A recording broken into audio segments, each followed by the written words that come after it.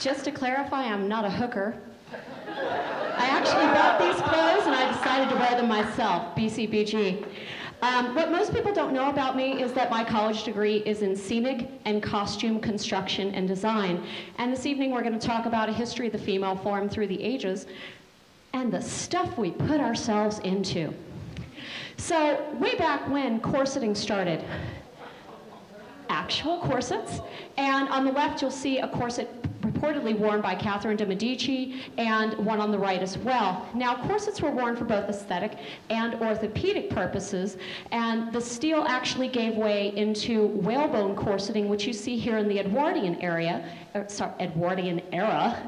and we see children as young as 6, 7, and 8 starting the corseting practice, because costuming and clothing couldn't actually be worn without the corseting underneath. Now, we enter into the early Victorian era, which shows tight lacing, which is a practice actually that continues into today, the 21st century. And the practice was to make the waist as small as possible. And when tight lacing started, the average waist size for these aficionados was about 16 inches. Now, as a comparison, a gallon milk jug is about 16 inches around, just for reference. And we're going to take a trip over on the other side to the practice of Chinese footbinding.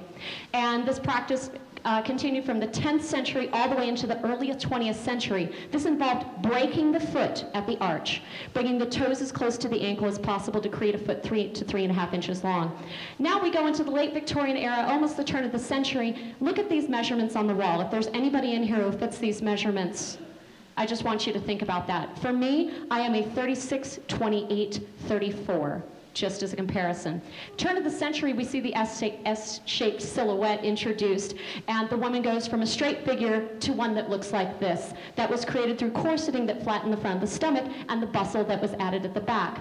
As you can see here, 1910, clothing could not be worn without that corseting underneath. It was such an extreme shape for the female figure to take that something was about to give in costuming and fashion history.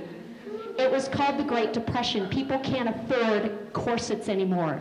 So guess what? The undergarments that women wear turned into tubes and bandeaus, and the classic flapper shape was created, and women were turned into tall, long rectangles or short, squat ones, as the case may be. I would have been a mid-size rectangle. And in 1930, we start to see the female shape emerge once again with a waist being added back into the form. And oh my God, 1935, all hell breaks loose because Warner's manufacturer of women's underwear lets loose bra sizing in ABCD. But this means for the first time in history, women were actually paying attention to the size of other women's breasts. And that actually never happened before the 1930s. In the 1940s, we see the war era start, and women's breasts start to take the shape of torpedoes and bullets to support the war movement.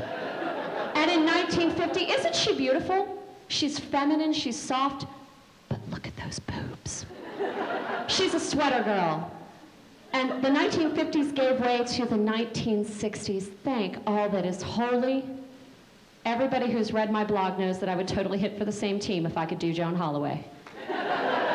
She's beautiful, she's curvaceous, she has hips, and she's utterly and inarguably feminine.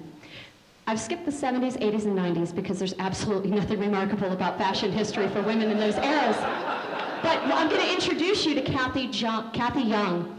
She holds the Guinness Book of World Records for the smallest tight-waisted, or the smallest corseted waist. It measures 15 inches. And now Sports Illustrated tells us that this is what women should look like, because that's what sells magazine covers. And today, we've actually reverted back to the binding practice through things like Spanx. And I'm actually wearing them right now. They make tights, they're freaking fabulous.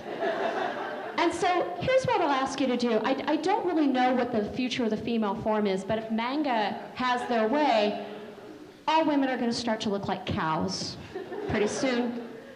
And I'll ask you to just sit and turn and look at the women who surround you. Do it, really.